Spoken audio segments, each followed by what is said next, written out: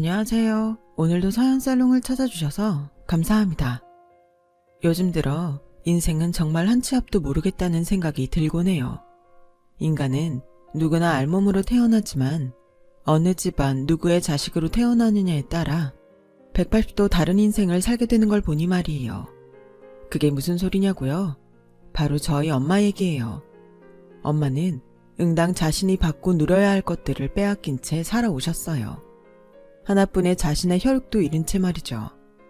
하지만 하늘이 무심치는 않았는지 다 포기하고 살려는 순간 인연의 끝이 다 눈물의 상봉을 이루었지 뭐예요. 저희 집 사연을 들려드릴게요. 저희 부모님은 두 분 다 천의 고아로 시설에서 오빠 동생하며 자랐어요. 시설에서 나온 후로도 서로를 의지하며 살다가 자연스레 정이 들어 결혼한 경우였죠. 혈육이 없어서 그랬는지 저희 부모님은 서로를 애틋하게 아끼며 사셨어요. 비록 생활은 공공했지만 자식들 앞에서 싸우거나 큰 소리 내는 일 한 번 없을 정도였죠. 부모님 사이가 좋다는 것 외에는 다른 집들과 다른 걸 모르고 살았어요.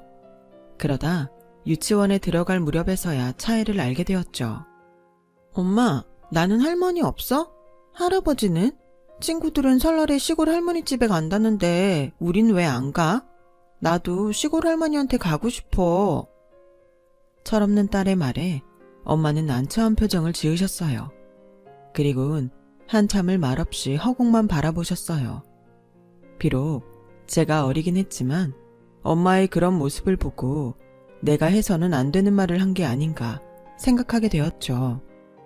그래서 그날 이후로는 단 한 번도 친가 외가를 막론하고 조부모님에 대한 얘기는 꺼내지 않았어요. 저희 아빠는 전자제품을 만드는 공장에 다니고 있었는데 갑자기 회사가 부도가 나는 바람에 하루아침에 실직을 하게 되셨어요. 다행히 아빠를 좋게 보셨던 거래처 사장님 덕분에 대기업 가전제품 배달, 설치 일을 하게 되셨어요. 일이 고되긴 했지만 그만큼 수입은 좋아서 공장에 나가실 때보다 벌이는 더 좋았어요. 하지만 기계 도움 없이 몸으로 커다란 냉장고며 세탁기, 에어컨 같은 덩치 큰 기계를 날라야 했기 때문에 몸이 성할 날이 없었어요. 특히 여름에는 일을 마치고 집에 돌아오실 때면 출근할 때와 달리 얼굴이 홀쭉해 있곤 했죠. 게다가 더위 때문에 입맛도 사라져서 밥도 제대로 못 드시고 물만 찾았어요. 결국 그 일을 하면서 아빠는 허리와 무릎 관절에 이상이 생겼어요. 그러다 결국 제가 대학에 들어가던 무렵 일을 그만두게 되었죠. 엄마는 식당에서 서빙 일을 하셨는데 부지런하고 성실한 모습이 마음에 들었던 식당 사장님은 분점을 내줄 테니 장사를 해보라고 권유하셨고 그 덕분에 그간 모아둔 돈으로 저희 부모님은 식당을 차리게 되었어요. 아무리 사장님의 도움으로 재료상이며 레시피를 전수받았다고는 하지만 경기 불황으로 한 2년간은 적자를 면치 못했어요. 그래서 가게를 접어야 하나 고민을 하기도 했죠. 그래도 사람이 죽으란 법은 없었는지 유명인 SNS에 저희 가게 사진이 올라가서 그걸 보고 찾아온 손님들 덕분에 매상이 점점 올라갔어요.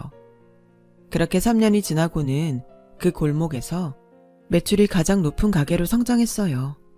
저는 부모님이 맞벌이를 하시는 바람에 일찍부터 집안 살림이며 동생 건사하는 일을 도맡아 해야 했어요.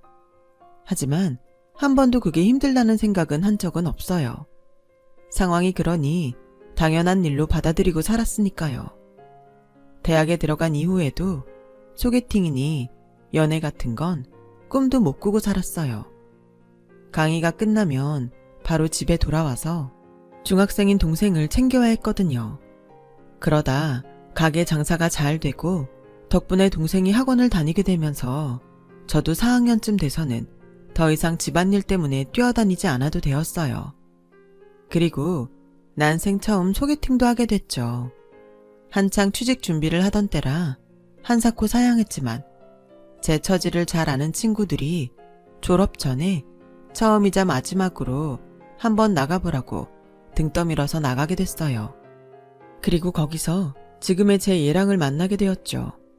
얘랑은 저와는 3살 차이로 졸업을 앞둔 대학 4학년이었어요. 일찌감치 취업에 성공해 입사 전까지 그동안 못해본 소개팅도 하고 여행도 하고 있다고 하더라고요. 그 얘기를 들으니 내가 지금 여기서 뭐 하고 있나 싶었어요. 내 코가 석자인데 무슨 소개팅을 한다고 이러고 있나 싶었죠. 그렇게 생각하면 평생 걱정만 하다가 불행하게 생을 마감하게 될 거예요. 오늘 소개팅 자리에 안 나왔다고 취직을 하는 것도 아니고 괜히 마음만 졸이면서 책상 앞에 앉아있을 거 아니에요.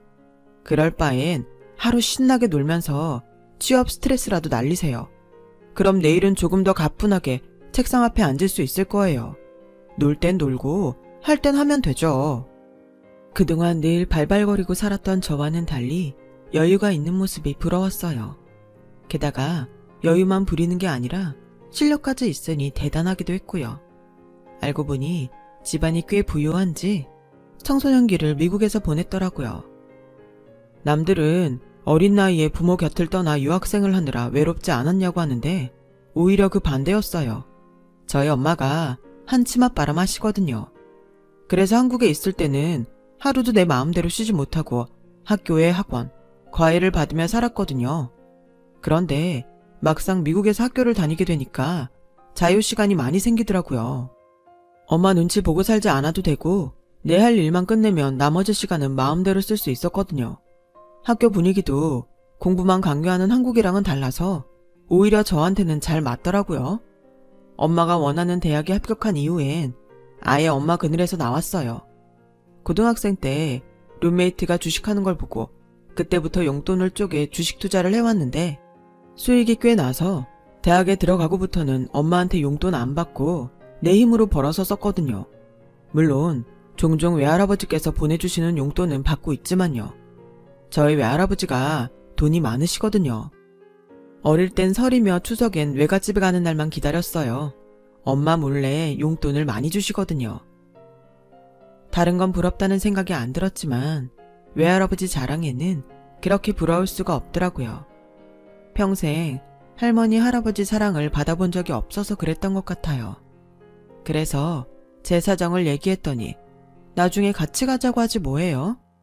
이제는 일선에서 물러나셔서 집에만 계시는데 늘 적적해 하신다고 말이죠. 어쩌면 빈말이었을지도 모르지만 저는 그 말에 설렜어요. 그날 이후 저는 또다시 취준생으로서 취업 준비에 여념이 없었어요. 그래서 소개팅했던 얘랑과 약속했던 것도 까맣게 잊고 있었죠. 사실 약속이라고 하기엔 좀 애매한 부분이 있어서 그랬기도 하고요. 네? 지금 준희 씨 외할아버지 댁에 가자고요? 아, 그건 좀 그런데요. 제가 시간이 안 될 것 같아서요. 줄줄이 낙방만 하고 있는 상황에 남의 외할아버지 댁에 놀러갈 여유는 없어서 거절을 했어요. 그런데 취업 성공 비결을 알려준다며 끈덕지게 불러내지 뭐예요. 그래서 반신반의하는 마음으로 나갔죠. 그랬더니 대뜸 차에 태우고는 기어이 자기 외가에 데려가더라고요. 처음엔 화가 나기도 했는데 막상 도착해보니 집이 너무 멋져서 저도 모르게 홀린 사람처럼 집 안으로 들어갔지 뭐예요. 오래된 대저택이었지만 워낙 잘 가꿔서 낡았다는 느낌보다는 고풍스럽게 잘 꾸며놨다는 인상을 받았어요. 넓은 정원 안에는 연못도 있고 한켠엔 정자도 있었어요. 예랑의 외할아버지는 정자에 앉아서 정원을 바라보고 계셨어요. 예랑이 할아버지를 부르자 반갑게 웃으며 맞아주시더군요. 초면에 여기까지 오게 해서 미안해요. 준이한테 아가씨 얘기를 듣곤 꼭 한번 만나보고 싶어서 결례인 걸 알면서도 오라고 했습니다. 반가워요. 준이 할애비입니다. 점잖은 어르신의 말씀에 오히려 제가 부끄러울 정도였어요. 우리는 정원 정자에 앉아 다과를 즐기며 얘기를 나누었어요. 외할아버지께서는 자꾸 저를 보시며 눈시울을 붉히셨는데 그 모습이 내내 가슴에 남더라고요. 그래서 혹시 무슨 일이 있나 여쭈었더니 아가씨가 누굴 많이 닮아서 그랬어요.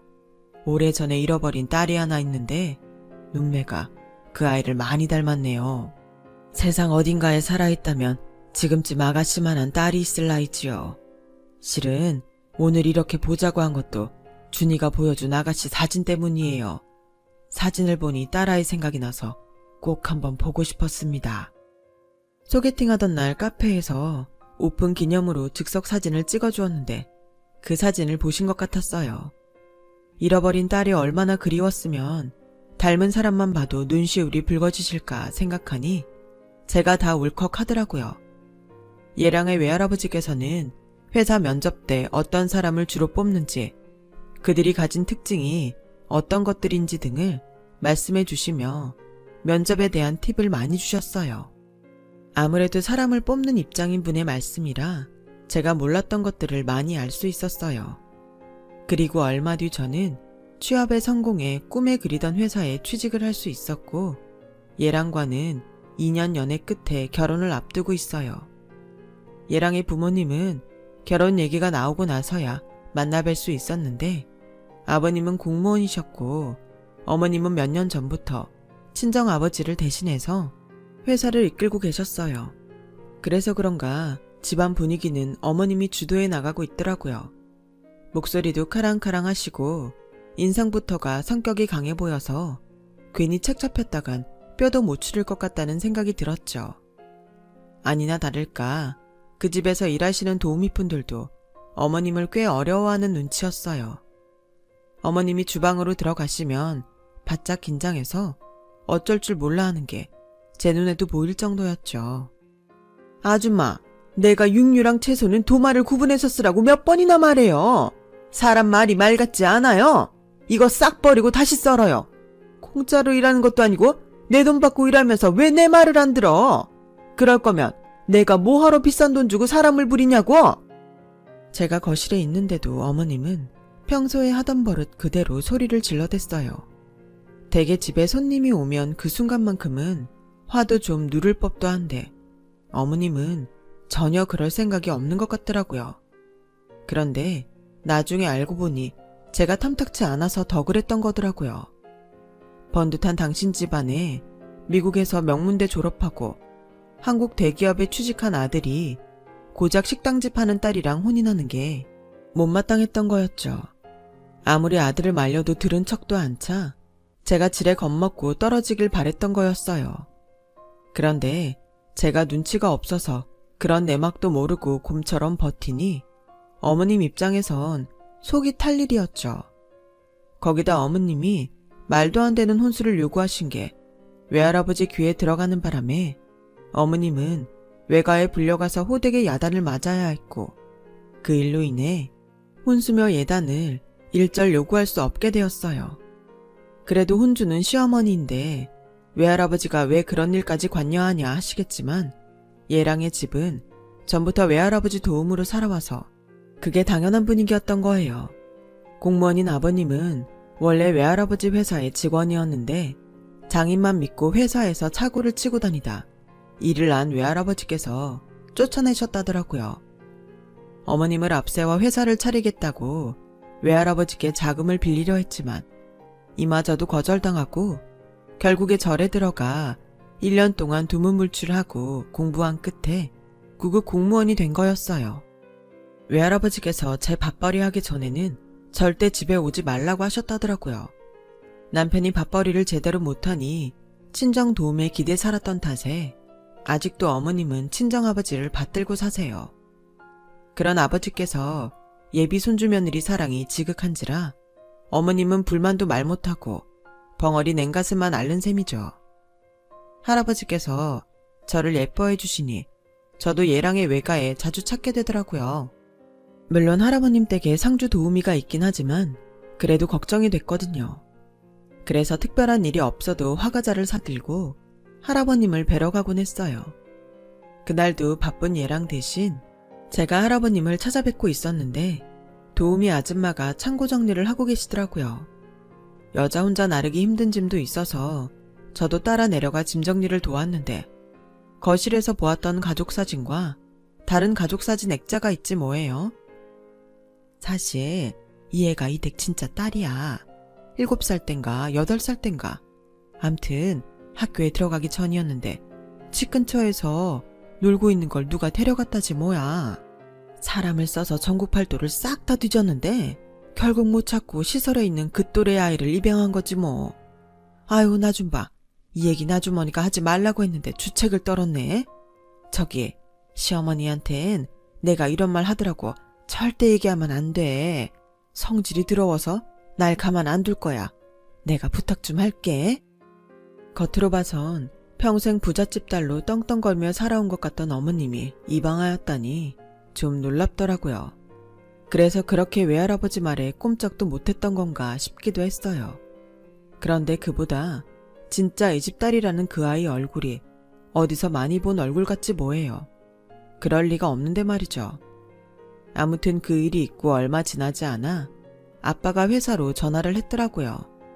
얼마나 화가 났는지 수화기 밖으로 아빠의 한숨소리가 들릴 정도였죠.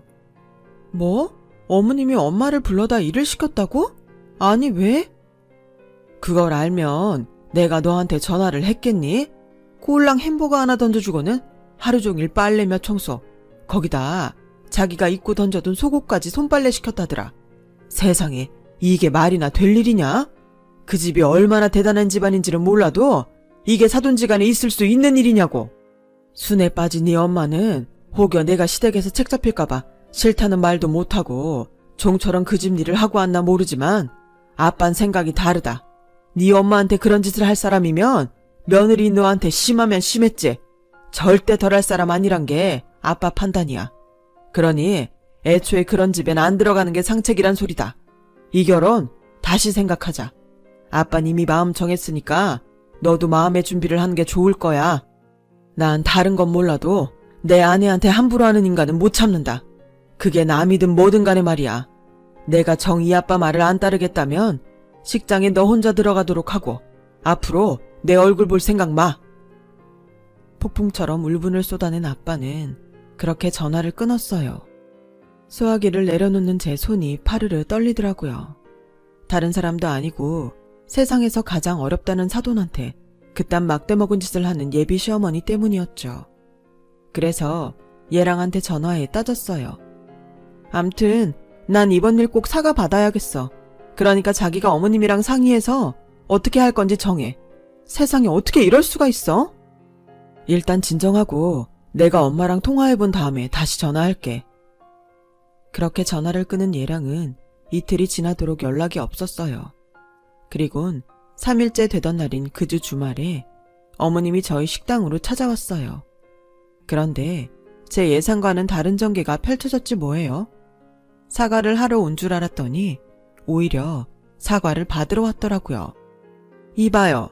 대기망가뜨린 내 보정 속옷 이거 어떻게 할 겁니까? 이거요? 프랑스제라 한국에선 구하지도 못하는 거예요. 귀한 남의 속옷을 망가뜨려 놓고 미안하다는 말을 못할 망정. 뭐요? 나보고 사과를 하라고? 내가 왜 사과를 합니까? 애초에 내가 뭘 했어요?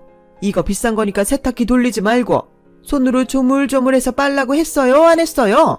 입 있으면 말해봐요. 아니, 이 사람이 지금 뭐하는 짓이야?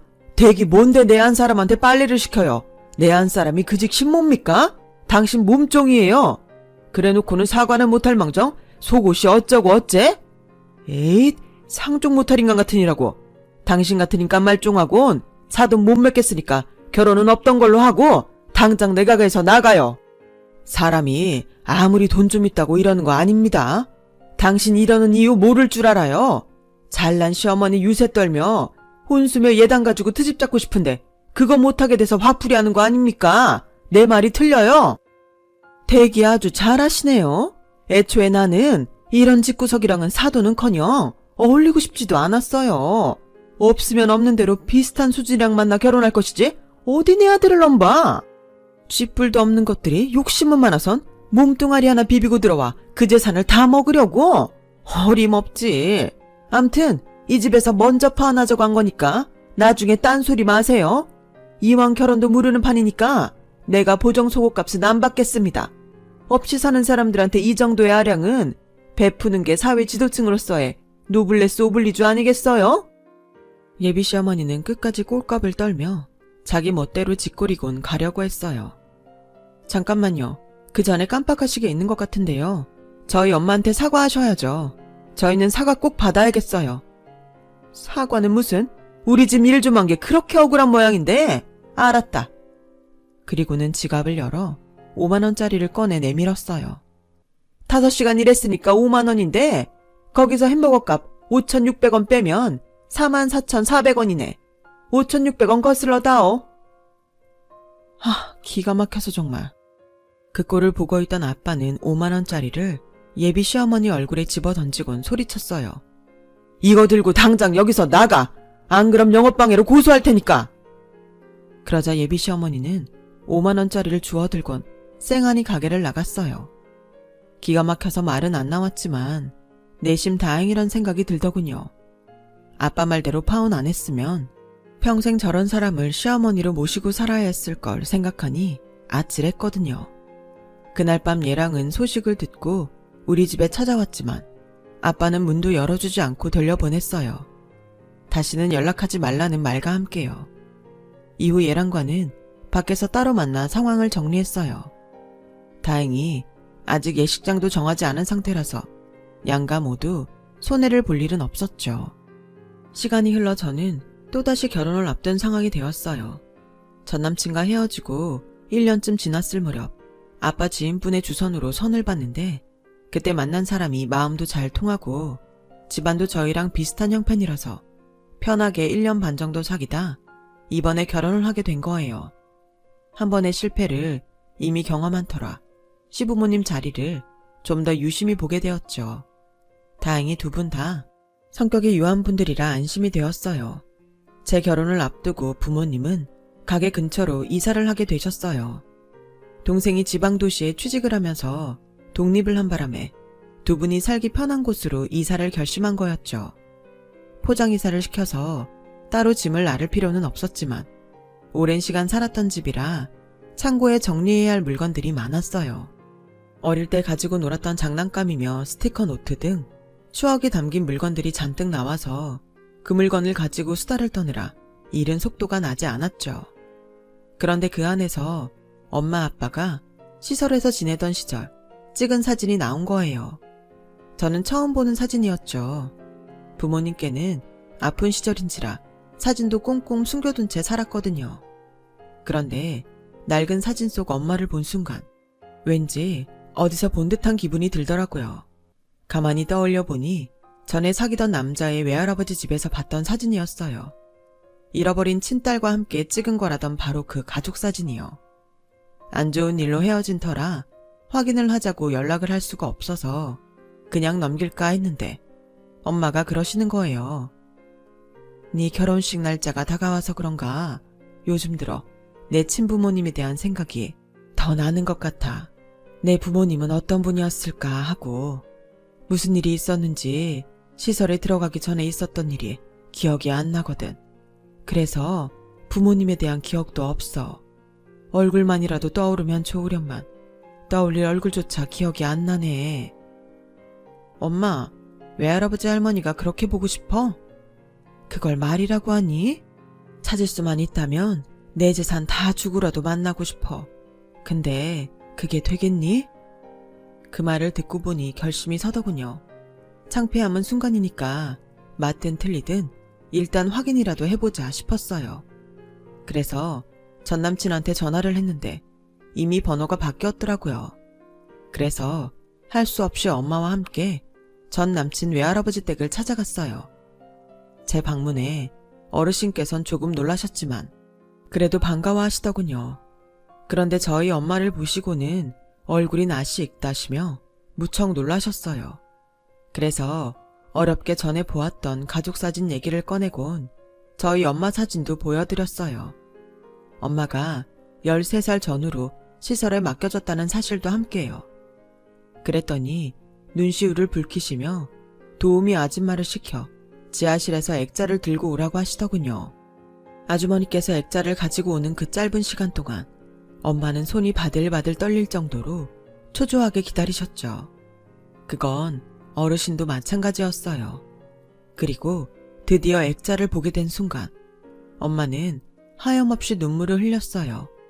어르신과 엄마는 서로 부녀지간임을 느끼는 것 같았지만 사진만으론 정확한 결과를 알 수 없어서 유전자 검사를 받기로 하곤 집으로 돌아왔어요. 할아버지를 통해 사건의 전말을 들은 전남친의 엄마는 득달같이 달려와선 어림도 없는 소리 말라고 당장 헛짓거리 그만두라고 폐악질을 벌이고 갔지만 그런다고 검사를 막을 수는 없었죠. 그리고 드디어 검사 결과가 나오자 전남친의 엄마와 저희 엄마의 인생이 순식간에 뒤바뀌고 말았어요. 엄마와 할아버지의 부녀관계가 99.98% 확실하다는 결과가 나왔거든요. 그러자 전 남친 엄마는 혹여 붙인 재산을 저희 엄마한테 빼앗길까 겁이 났는지 안절부절 못하게 되었죠 뭐. 제 파혼 사유가 전 남친 엄마가 저희 엄마한테 벌인 폐악질 때문임을 알고 계신 할아버지는 바로 변호사를 불러 당신이 가지고 있던 회사 지분을 저희 엄마한테 넘기셨어요. 그리곤 따로 자리를 만들어 그간 있었던 일에 대해 저희 엄마한테 사과를 하라고 하셨어요. 그렇게 고개 빳빳이 들고 꼴사나운 짓을 하던 전 남친 엄마는 그제야 고개를 조아리며 미안하다고 사과를 하더군요. 그런데 사과를 하면서도 조건을 걸지 뭐예요? 조건은 다름 아닌 회사 지분을 반반 나눠달라는 거였어요. 그동안 제가 아빠 딸로 살면서 얼마나 잘해드렸어요. 그런데 김변 불러서 아빠 지분을 이 여자한테 넘겼다면서요. 그럼 아빠 죽고 나면 나한테 남는 건 뭐예요? 꼴랑 헛개비 사장짜리요? 아빠도 알잖아요. 회사에서 날 사장으로 생각하는 직원이 누가 있어요. 지분도 없으면 언제 잘릴지 모를 자리 그깟 거 하나 믿고 살라고요. 그리고 사장 월급이 얼마나 된다고요. 그깟 걸론 생활비도 안 돼요. 그러니까 저한테도 지분 주세요. 설마 친딸 찾았다고 저를 나몰라라 하시는 건 아니죠? 부모라면 자식 부양에 의무가 있는 거라고요. 바락바락 성질을 내며 지분 내놓으라고 협박을 하는데 정말 가관이었어요. 친딸이라서 내 지분을 내준 게 아니다. 그간에 내 꼴을 보고 내린 결정이야. 회사가 네 통장이니? 돈 필요할 때마다 돈 빼다 쓰게. 네가 언제 회사에 관심은 있었니? 그저 돈만 빼갈 줄 알았지. 애초에 난 널 사장감으로 생각 안 했다. 준이가 성장할 때까지 자리 지키라고 앉힌 거였지. 근데 그나마도 싫다면 알겠다. 사장 그만해라. 그 자리엔 전문 경영인을 앉힐 테니. 그리고 그동안 네가 나 몰래 회사 돈에 손댄 거 알고 있다. 그거 회수하지 않는 것만으로도 고맙게 생각해. 남이었다면 어림도 없는 일이다. 알겠냐? 대신 그건 내가 너한테 주는 유산이다 생각해라. 더는 욕심내지 말고. 결국 전 남친의 엄마는 사장 자리에서도 내려오게 되었어요. 할아버지 옆자리도 저희 엄마한테 뺏기고 말았고요. 저희 부모님이 할아버지 댁으로 들어가 살기로 했거든요. 이제 연세도 많이 드셔서 언제 어떻게 될지 모르는 상황이라 한순간이라도 더 같이 살고 싶으셨던 거죠. 너무도 늦게 만난 두 분이 오래오래 부녀간의 정을 나누며 사시길 바랄 뿐입니다. 잃어버린 시간이 아쉽지 않도록 말이죠. 사람 일 정말 한치도 모르는데 돈 좀 몇 푼 있다고 다른 사람 무시하는 꼴이 영 추잡하더니 주는 대로 받고 살겠죠 뭐. 지금까지 제 사연을 들어주셔서 감사합니다. 건강 잘 챙기시고 행복한 하루 보내세요. 여러분, 사연 댓글에 응원과 현명한 조언 부탁드려요. 좋아요와 구독은 저에게 큰 힘이 됩니다. 오늘도 좋은 일 가득하세요.